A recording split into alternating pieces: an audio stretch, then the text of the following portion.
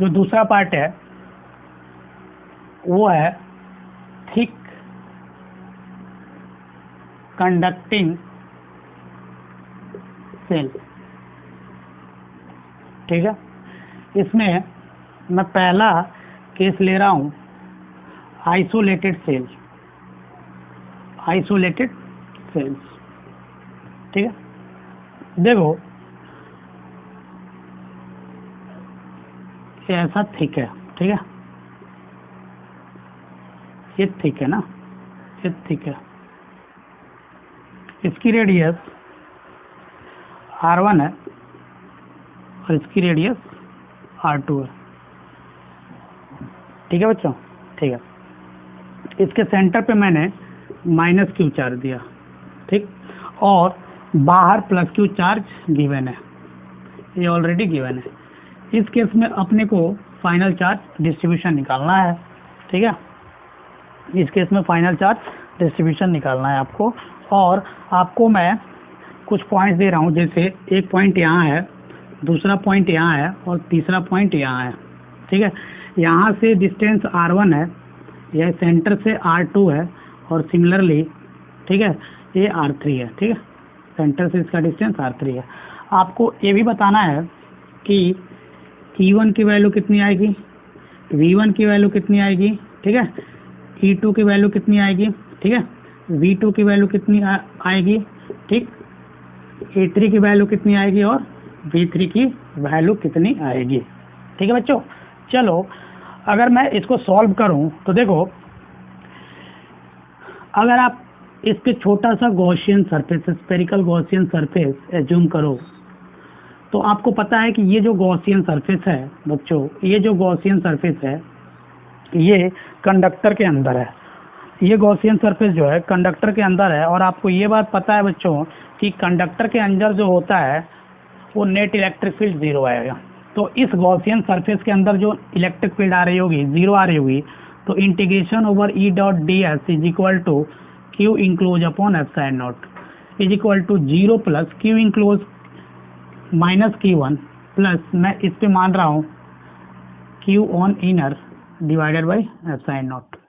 ठीक है, तो इसकी वैल्यू 0 होगी, तो जो Q इन होगा बच्चों वो +Q के बराबर आ रहा होगा। ठीक है, यहाँ तक कोई दिक्कत, यहाँ तक कोई दिक्कत नहीं हुआ होगा। तो देखो अगर अपन, तो देखो यहाँ पे कितना चार्ज आया, +Q। ठीक है, यहाँ पे +Q चार्ज, जैसे ही यहाँ +Q चार्ज आया होगा तो आपको पता है कि यहाँ पे टोटल चार्ज कितना होने वाला है, +Q। तो इस केस में तो चार्ज कंजर्व रहेगा, तो बाहर वाले सरफेस पे Q माइनस Q चार्ज आया होगा। ठीक है, ठीक है बच्चों, यहाँ तक कोई दिक्कत, यहाँ तक कोई दिक्कत नहीं हुआ होगा ना, आपको यहाँ तक कोई दिक्कत नहीं हुआ होगा। तो अगर इसको अपन वापस ड्रॉ करें तो देखो अपने को क्या मिल रहा होगा। अगर यहाँ वापस ड्रॉ करते हो, डायग्राम वापस ड्रॉ करोगे तो देखो एक यहाँ पे चार्ज कितना मिला, Q माइनस Q, यहाँ पे कितना है प्लस का Q, सेंटर पे कितना है माइनस का Q। ठीक है, AR1 AR2, ये हुआ ना। ठीक है बच्चों, ठीक है। अगर मैं इसको स्प्लिट आउट करूं तो दो सेल को अपन ऐसे कनेक्ट कर सकते हैं। देखो यहाँ पे Q माइनस Q चार्ज दे दो, ठीक है, और यहाँ माइनस Q चार्ज दो, और सेंटर पे सॉरी यहाँ प्लस Q चार्ज दे दो, और यहाँ माइनस Q चार्ज दे दो। यहाँ तक कोई दिक्कत, यहाँ तक कोई दिक्कत नहीं। तो ये 2 सेल्स का कॉम्बिनेशन हो गया, 2 सेल्स कंबाइन कर दिया मैंने। ठीक है, यहाँ तक 2 सेल का कॉम्बिनेशन अपन ने देख लिया। ठीक है बच्चों, देखो अपने को पॉइंट दिया था ऐसे, एक यहाँ पॉइंट था, एक यहाँ पॉइंट था, और एक बाहर वाले पॉइंट था। यहाँ से डिस्टेंस R1 था, यहाँ से डिस्टेंस R2 था, और यहाँ से यहाँ तक R3 था, सेंटर से थर्ड पॉइंट तक। तो अपने को एक कंसेप्ट पता है बच्चों कि अगर एक सेल है तो जो अंदर वाला पॉइंट है वहाँ पे इलेक्ट्रिक फील्ड 0 होता है, और इस पे अगर मान लो +Q चार्ज है तो बाहर वाले अंदर वाले पॉइंट पे उतना ही होता है जितना सरफेस पे पोटेंशियल होता है। ठीक है, इसकी रेडियस मैं R बोल रहा हूँ। ठीक है, और बाहर वाले के वजह से जो इलेक्ट्रिक फील्ड आता है वो आता है KQ/R², और जो पोटेंशियल आता है वो आता है KQ/R। इस कंसेप्ट को अपन ध्यान में रखते हुए फर्स्ट सेकेंड थर्ड पॉइंट पे इलेक्ट्रिक फील्ड और पोटेंशियल कैलकुलेट करने जा रहे हैं। ठीक है, देखो तो अपन फर्स्ट पॉइंट पे देखें बच्चों, फर्स्ट पॉइंट पे देखें तो देखो क्या मिल रहा होगा। जो फर्स्ट वाला पॉइंट है वो अंदर का पॉइंट है एट फर्स्ट पॉइंट। तो देखो फर्स्ट वाला पॉइंट पे किसके किसके वजह से इलेक्ट्रिक फील्ड आ रहा होगा, वो आ रहा होगा E due to minus Q charge जो सेंटर पे है, E due to plus Q charge plus E due to inner sphere plus E due to outer sphere. ठीक है, E due to plus Q charge minus Q जो centre पे place है उसके वजह से कितना आ रहा होगा KQ/R1² प्लस जो यहाँ वाला चार्ज है बच्चों, ये सेल पे चार्ज है और सेल के वजह से अंदर क्या कितना होता है 0, जो कि इनर वाला है, इसको हटा लो, यहाँ से इनर वाला सेल है ना, और प्लस आउटर वाले की वजह से भी 0। तो जो E1 आ रहा होगा वो आ रहा होगा KQ/R1²। अगर बच्चों मैं V1 कैलकुलेट करूं तो फर्स्ट वाले चार्ज की वजह से देखो माइनस KQ1/R1 सेल के वजह से, इनर सेल के वजह से ये इक्विपोटेंशियल सरफेस, तो ये आ रहा होगा KQ/, ठीक है, जितना सरफेस पे होता है। ठीक है, चलो प्लस बाहर वाले सेल की वजह से ये इनर का पॉइंट होगा फर्स्ट, तो उस पे जितना चार्ज है अपॉन R2, ये आ रहा होगा V1। ठीक है, सिंपल कंसेप्ट मैंने सेल का यूज किया है। ठीक है, क्योंकि मैं इस थिक कंडक्टिंग सेल को मैंने थिन कंडक्टिंग सेल में बदल दिया है। ठीक है, देखो सिमिलरली अगर आप दूसरे पॉइंट पे देखते हो, ठीक है, तो दूसरे पॉइंट पे E2 देखोगे तो फर्स्ट चार्ज से कितना दूर पे है, ठीक है, तो KQ1 Q, ठीक है, डिवाइडेड बाई R2² प्लस जो इनर वाला स्फीयर है बच्चों उससे कितना दूर होगा, तो यहाँ लिख लो, प्लस आउटर की वजह से तो 0, क्योंकि आउटर के लिए इनर पॉइंट है और सेल के इनर में पोटेंशियल इलेक्ट्रिक फील्ड कितना होता है 0। तो ये जो ओवरऑल वैल्यू आ रही होगी बच्चों E2 की वो आ रही होगी 0। ठीक है, यहाँ तो कोई दिक्कत, यहाँ तो कोई दिक्कत नहीं है। तो देखो यहाँ साइन के साथ लिखना ना, माइनस क्यों आएगा ना, चलो माइनस साइन डायरेक्शन दिखा रहा होगा। ठीक है, अगर मैं यहाँ पे पोटेंशियल लिखूँ V2 लिखता हूँ तो फर्स्ट की वजह से माइनस KQ जो सेंटर पे चार्ज था प्लस मैंने इनर सेल की वजह से लिखा और आउटर सेल की वजह से भी लिख दिया। ठीक है, तो ये खत्म, आ रहा हुआ KQ-Q divided by R2। Similarly अगर मैं सेकेंड पॉइंट पे देखूं बच्चों, सॉरी थर्ड पॉइंट पे देखूं, तो थर्ड पॉइंट पे बताओ, अगर थर्ड पॉइंट पे देखते हैं तो थर्ड पॉइंट जो है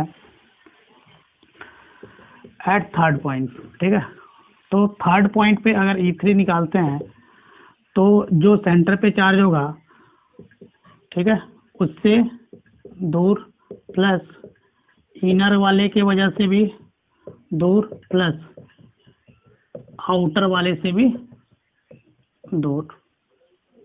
तो जो E3 की वैल्यू आ रही होगी KQ-Q डिवाइडेड बाई R3², ये वैल्यू आ रही होगी।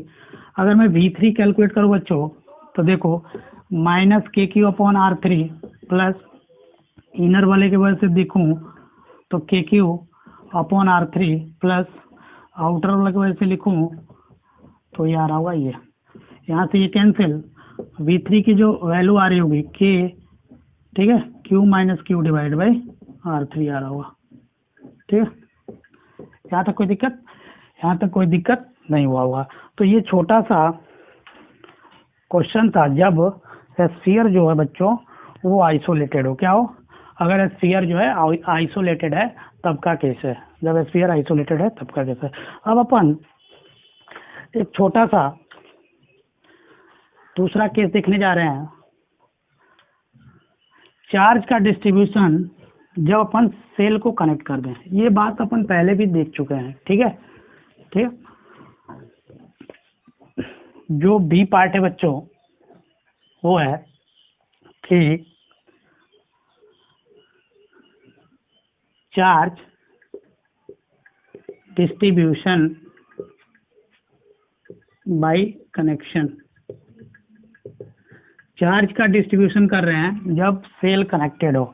देखो अपन डील कर चुके हैं कि अगर दो सेल को एक्सटर्नली वायर से कनेक्ट करें, ठीक है, तो इस पे पहले से Q1 चार्ज था, Q2 चार्ज था, इसकी रेडियस R2 थी और इसकी रेडियस R1 थी।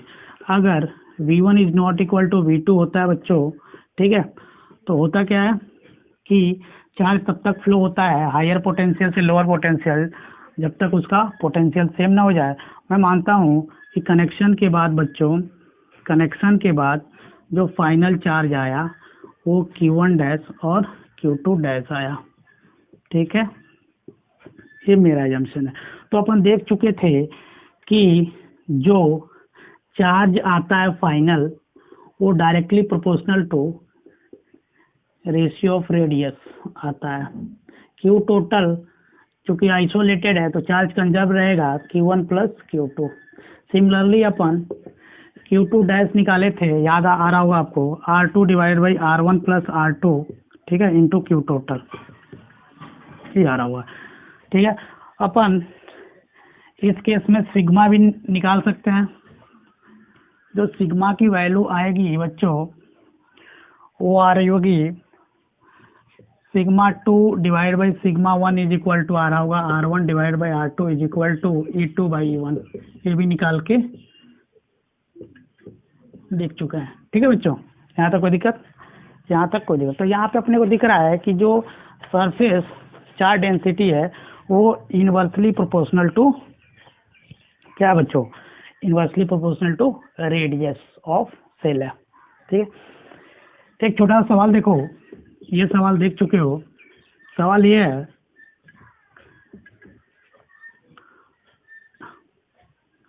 दो कंसेंट्रिक सेल है, इसकी रेडियस R1 है, इसकी रेडियस R2 है, ये प्लस Q चार्ज है, इस पे प्लस 2Q चार्ज है। इस पे मैंने क्या किया बच्चों, एक की लगा दिया, इसको क्लोज किया, ठीक है। आपको बताना क्या है, सवाल यह है कि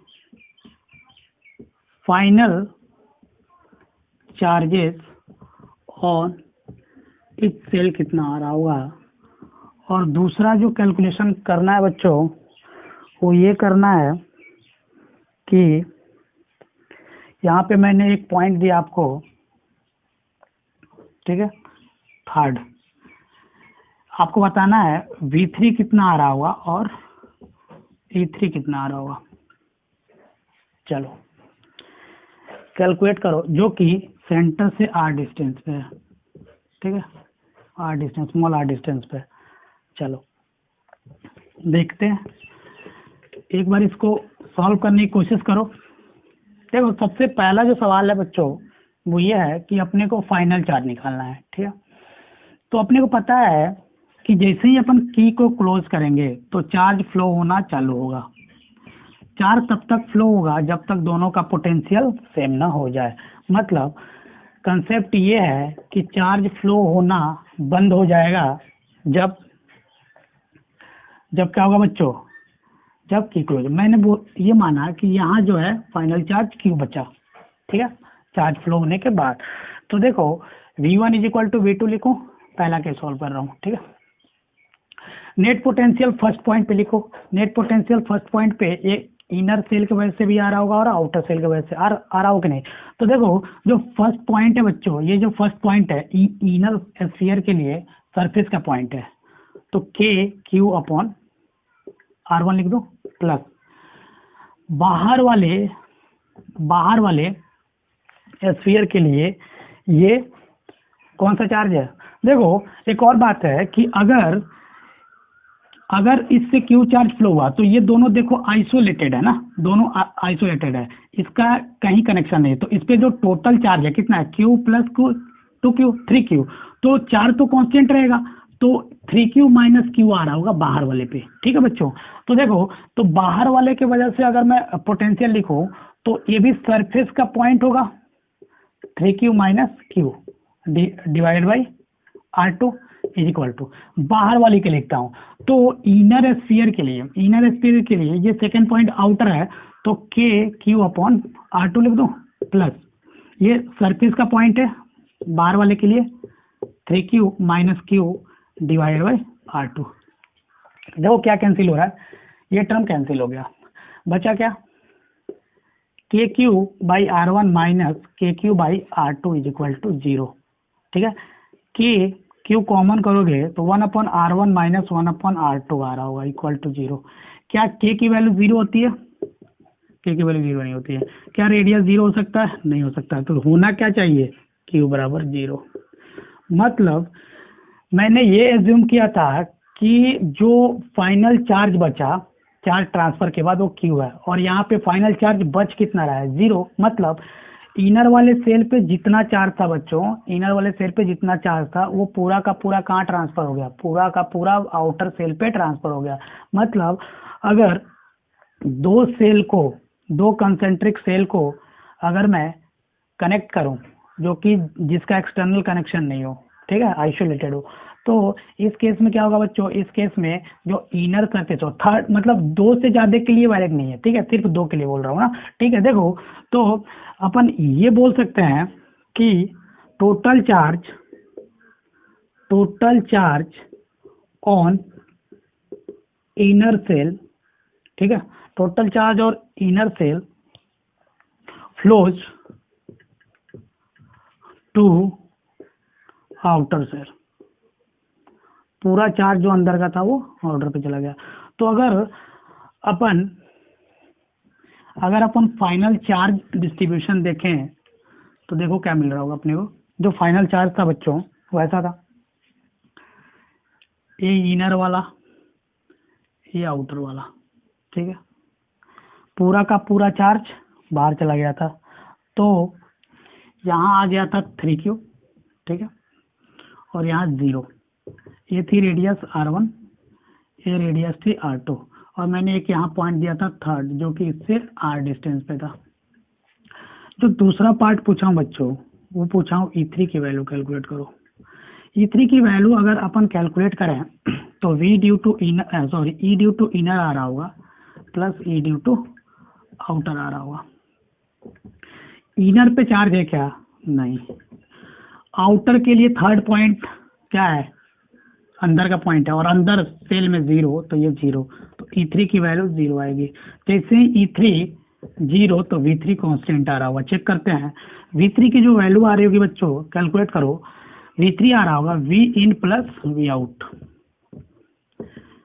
V इन पे तो कोई चार्ज ही नहीं है, तो 0 divided by K0 divided by R plus V out K3Q inner surface है, ठीक है, तो यहाँ R2 आ रहा होगा, ठीक है, यहाँ R2 लिख लेना, ठीक है, यहाँ नहीं दिख रहा होगा, यहाँ R2 लिख रहा हूँ बाई R2, ठीक है।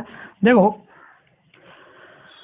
तो अपन V3 देखें बच्चों, तो V3 की वैल्यू कितनी आ रही है? देखो जो V3 आ रही है वो आ रहा है कितना, 3kq अपॉन R2 जो कि कांस्टेंट है, ठीक है, ये कांस्टेंट वैल्यू है। कोई दिक्कत? यहाँ तक कोई दिक्कत नहीं हुआ होगा ना आपको। चलो जो थर्ड केस लेते हैं बच्चों, जो कि C नंबर केस है, वो ये है charge distribution in case of grounding of cell. इस बार अपन जब ग्राउंड कर रहे हैं तब देख रहे हैं चार्ज का डिस्ट्रीब्यूशन सेल पे कैसे आ रहा होगा, ठीक है बच्चों। सिमिलर अपन कुछ बात याद रखते हैं कि अपन देखे थे कि अगर आइसोलेटेड सेल है तो अपन चार्ज को कंजर्व कर दे रहे थे, ठीक है, लेकिन कंजर्व कर रहे थे। क्या ग्राउंडिंग के केस में चार्ज कंजर्व रहेगा? नहीं। अगर ग्राउंडिंग का कंसेप्ट है बच्चों तो ये हो गया एक्सटर्नल कनेक्शन। तो यहाँ charge not conserve, charge not conserve, not conserve, ठीक है, यहाँ चार्ज कंजर्व नहीं हुआ। ठीक है बच्चों, यहाँ पे चार्ज कंजर्वेशन नहीं लगा सकते। चलो कुछ एजम्पशन देखते हैं कि अपन जो सवाल बनाएंगे बच्चों, ये मान के बनाएंगे कि जो पोटेंशियल ऑफ अर्थ होता है वो 0 आता है। ठीक है, अपन ध्यान में ये बात रखेंगे कि पहला कि पोटेंशियल ऑफ अर्थ जो होगा वो 0 होगा। ठीक है, दूसरा तो जैसे ही अर्थ से जिस कंडक्टर को कनेक्ट करूंगा तो V of that conductor will be 0। क्या फेल बोलो? ठीक है, तीसरा एजम्पशन ये मानेंगे बच्चों कि ग्राउंडिंग करने के पश्चात ग्राउंड से चार्ज का आना और चार्ज का जाना ये पोटेंशियल ऑफ अर्थ को वेरी नहीं करेगा। मतलब इफ चार्ज फ्लोज फ्रॉम अर्थ या into the earth, it phenomena, this phenomena लिख लो यहाँ, this phenomena, ठीक है, doesn't, ठीक है, change the potential of earth। ठीक है, पोटेंशियल ऑफ अर्थ, बात समझ में आ गई होगी आपको। ठीक है, अर्थ का पोटेंशियल सदैव 0 होना है। ठीक है, यहाँ तक कोई दिक्कत? इस बात को ध्यान रखते हुए अपन इस सवाल को अप्रोच करेंगे। ठीक है, देखो इसमें अपन केस डील कर रहे हैं। जो पहला केस है वो ये है बच्चों कि इसमें मैं केस बना रहा हूँ, केस फर्स्ट। इस पे ये है कि when outer cell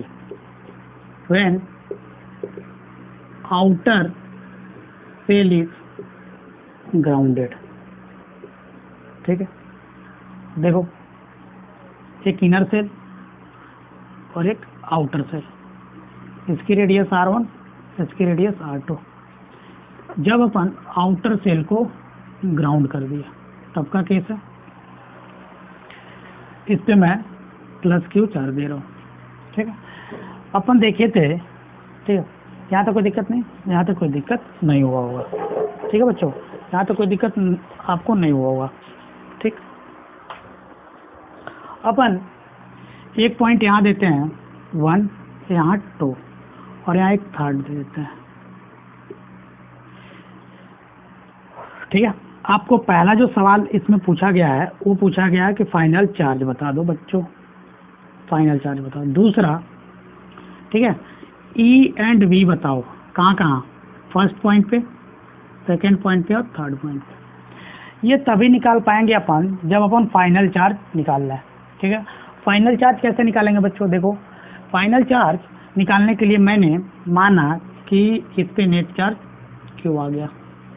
ठीक है, अब इसमें Q को कैलकुलेट करता हूँ। अपने को पता है कि मैंने ये जो सेकंड पॉइंट है, सॉल्यूशन बना रहा हूँ। ठीक है, जो सेकंड पॉइंट है बच्चों, जो सेकंड पॉइंट है उस पे नेट पोटेंशियल 0 होने वाला है। तो जो सेकंड पॉइंट पे जो पोटेंशियल होगा वो V due to inner plus V due to outer होगा ना। चलो, तो अगर इसको अपन कैलकुलेट करें तो V ड्यू टू इन कितना रहा होगा? देखो V due to inner sphere के लिए सेकंड वाला पॉइंट आउटर है, तो KQ divided by R2 plus V out कितना होगा? 0। ठीक है, V आउट 0 नहीं होगा ना, मैंने इस पे +Q चार्ज माना R2। ठीक है, इसको अपन कैलकुलेट करें बच्चों, इसको कैलकुलेट करें तो कितना रहा? देखो जो Q की वैल्यू आ रही होगी वो -Q के बराबर आ रही होगी। तो अगर अपन फाइनल चार्ज डिस्ट्रीब्यूशन देखें, ठीक है बच्चों, ये R1 था, ये R2 था, इस पे Q चार्ज है, इस पे -Q चार्ज है। ठीक है बच्चों, यहाँ तक कोई दिक्कत? यहाँ तक कोई दिक्कत नहीं है। अपने पास 2 पॉइंट था, 3 पॉइंट था, 1 2 3, ठीक है। सिमिलरली जब अपने को एक बार पोटेंशियल डिफरेंस कैलकुलेट करना हो या इलेक्ट्रिक फील्ड कैलकुलेट करना हो तो फाइनल चार्ज एक बार अगर हर एक प्लेट पे पता है तो अपने को पता है कि सेल के अंदर जाऊंगा तो इलेक्ट्रिक फील्ड और पोटेंशियल का वेरिएशन कैसे होता है, सरफेस पे कैसे होता है और बाहर कैसे होता है। तो जो दूसरा पार्ट है बच्चों उसको सॉल्व कर लो। सॉल्व करोगे तो देखो इलेक्ट्रिक फील्ड अगर 1 पे निकालते हैं तो इलेक्ट्रिक फील्ड 1 पे निकालोगे तो E due to inner sphere plus E due to outer sphere. तो देखो फर्स्ट वाले पे कितना आ रहा होगा, इसके लिए भी अंदर वाला पॉइंट, इसके लिए तो 0 आ रहा होगा ना, E ड्यू टू 1 0 आ रहा होगा। V1 निकालो, V1 जैसे निकालोगे तो अंदर वाला पॉइंट सरफेस का है तो KQ by R1 minus KQ by R2 ये आ रहा होगा। इसको कैलकुलेट करोगे तो KQ 1/R1 माइनस 1/R2 आ रहा होगा, ठीक है। सिमिलरली अगर सेकेंड पॉइंट पे कैलकुलेट करते हो बच्चों तो सेकेंड पॉइंट पे कैलकुलेट करोगे तो देखो क्या मिल रहा होगा। अगर सेकेंड पॉइंट पे जाते हो तो E2 की जो वैल्यू मिल रही होगी, ठीक है, इसके लिए बाहर का है, ठीक है, तो E KQ upon R1 square plus 0, तो E2 की जो वैल्यू मिल रही होगी वो KQ अपॉन R1 स्क्वायर मिल रही होगी, ठीक है। सिमिलरली जो V2 मिल रहा होगा बच्चों वो मिल रहा होगा KQ by R1 plus minus KQ upon R2। इसको सॉल्व करोगे तो KQ 1/R1 माइनस 1/R2 आ रहा होगा, ठीक है, ये मिल रहा होगा V2। सिमिलरली अगर अपन E3 कैलकुलेट करें तो बाहर का पॉइंट है बच्चों तो इनर के वजह से आ रहा होगा KQ upon R3 square plus minus KQ upon R कितना आ रहा होगा R3 स्क्वायर। इसको सॉल्व कर लेना, सॉल्व करोगे तो इसकी वैल्यू देखो कितनी आ रही होगी, इसकी वैल्यू आ रही होगी 0, ठीक है, कोई दिक्कत, इसकी वैल्यू 0 आ रही होगी, ठीक है। सिमिलरली अगर V3 कैलकुलेट कर रहे हो, ठीक है, जैसे ही V3 कैलकुलेट करोगे बच्चों तो देखो क्या मिल रहा होगा। जैसे ही V3 कैलकुलेट करते हो तो KQ बाई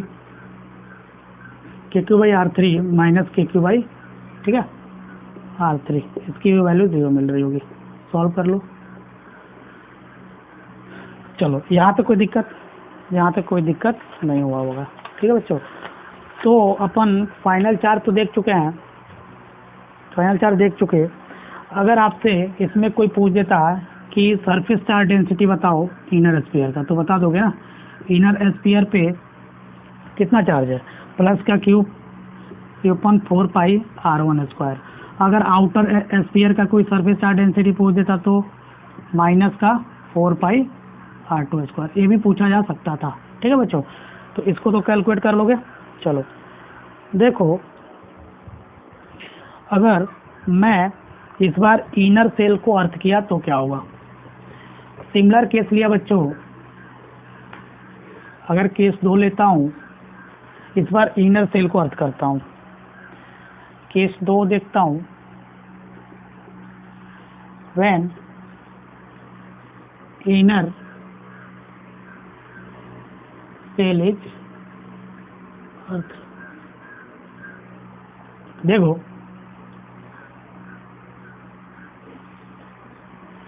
AR1 AR2 इस पे प्लस क्यू चार्ज, और इस बार मैंने इसको अर्थ किया इनर वाले को, ठीक है बच्चों। यहाँ तो कोई दिक्कत, यहाँ तो कोई दिक्कत नहीं है। यहाँ पॉइंट 1 है और यहाँ पॉइंट 2 है, ठीक है, यहाँ तो कोई दिक्कत नहीं होगा। देखो आपको पता है कि जैसे मैं इस पॉइंट को अर्थ करूंगा तो यहाँ का पोटेंशियल 0 होगा, मतलब इनर वाले का पोटेंशियल 0। इनर वाले पे जो पोटेंशियल आ रहा होगा नेट, वो आ रहा होगा ऐसे, ठीक है, ये आया। इनर वाले पॉइंट के लिए मैंने यहाँ मान लिया कि नेट चार्ज क्यू आ गया अर्थ से, ठीक है। तो इनर के लिए मैं लिखूंगा KQ डिवाइड बाई R1, ठीक है। दूसरे के लिए लिखूंगा के क्यू डिवाइडेड बाई, देखो ये आ रहा होगा R2। यहाँ तो कोई दिक्कत नहीं, यहाँ तक कोई दिक्कत नहीं है। तो अगर अपन इसको सॉल्व करें k q upon R2 is equal to 0, ठीक है, तो जो क्यू आ रहा है बच्चों minus R1 divided by R2 into Q आ रहा होगा, देखो। तो अगर मैं फाइनल चार्ज डिस्ट्रीब्यूशन बनाऊं इस केस में, तो देखो क्या आ रहा होगा, जो फाइनल चार्ज डिस्ट्रीब्यूशन अगर इसमें बनाऊं, देखो कितना आ रहा होगा, ये वाले पे कितना चार्ज आया, minus R1 divide by R2 into Q, यहाँ पे क्यू चार्ज है, ठीक है, ये है R1 और ये है R2।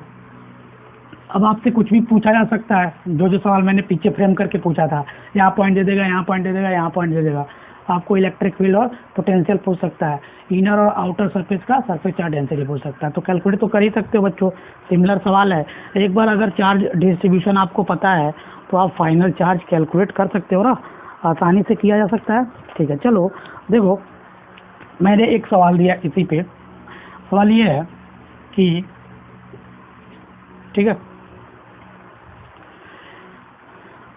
इनर रेडियस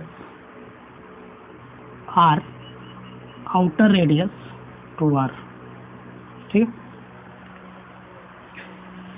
यहाँ माइनस क्यू चार्ज और यहाँ प्लस 6Q चार्ज, ठीक है बच्चों।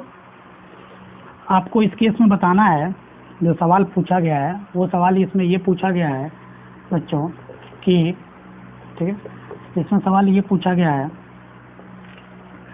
कि आप बताओ कि फाइनल चार्ज, पहला जो सवाल पूछा गया है वो पूछा गया है कि final charge on each sphere बताओ, ठीक है, पहला सवाल है।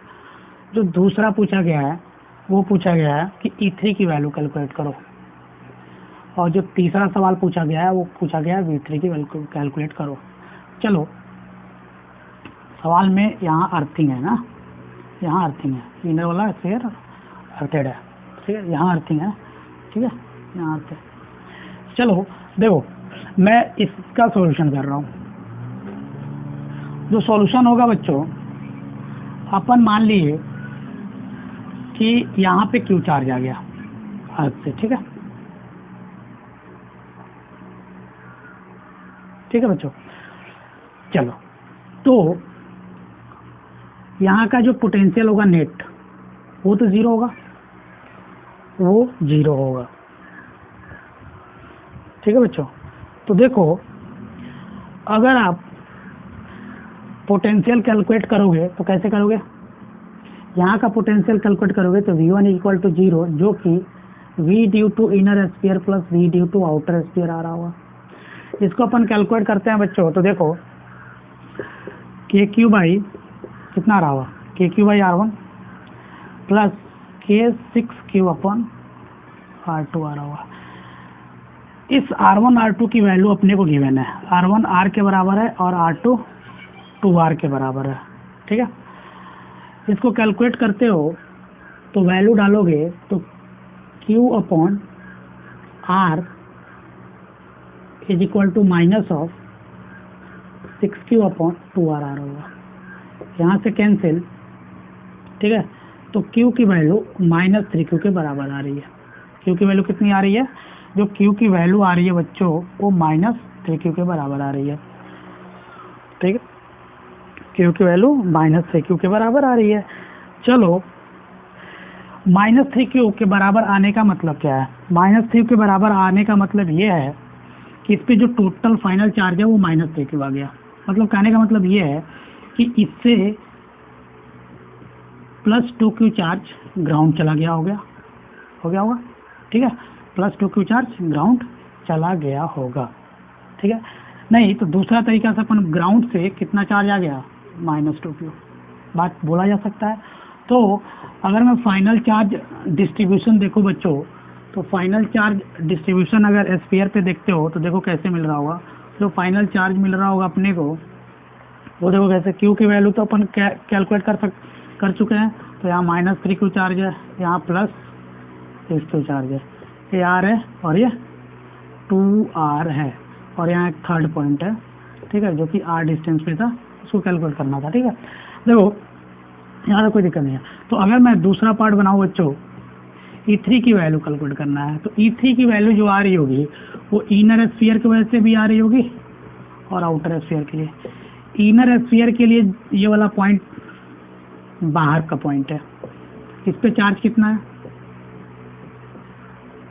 Upon R²। ये जो आउटर स्फीयर है उसके लिए इनर का पॉइंट है, और आपको पता है कि स्फीयर के अंदर जो है इलेक्ट्रिक फील्ड 0 आता है। तो जो E3 की वैल्यू आ रही होगी बच्चों, वेक्टर फॉर्म में लिख लो, -3kQ/R²। ठीक है, सिमिलरली अपन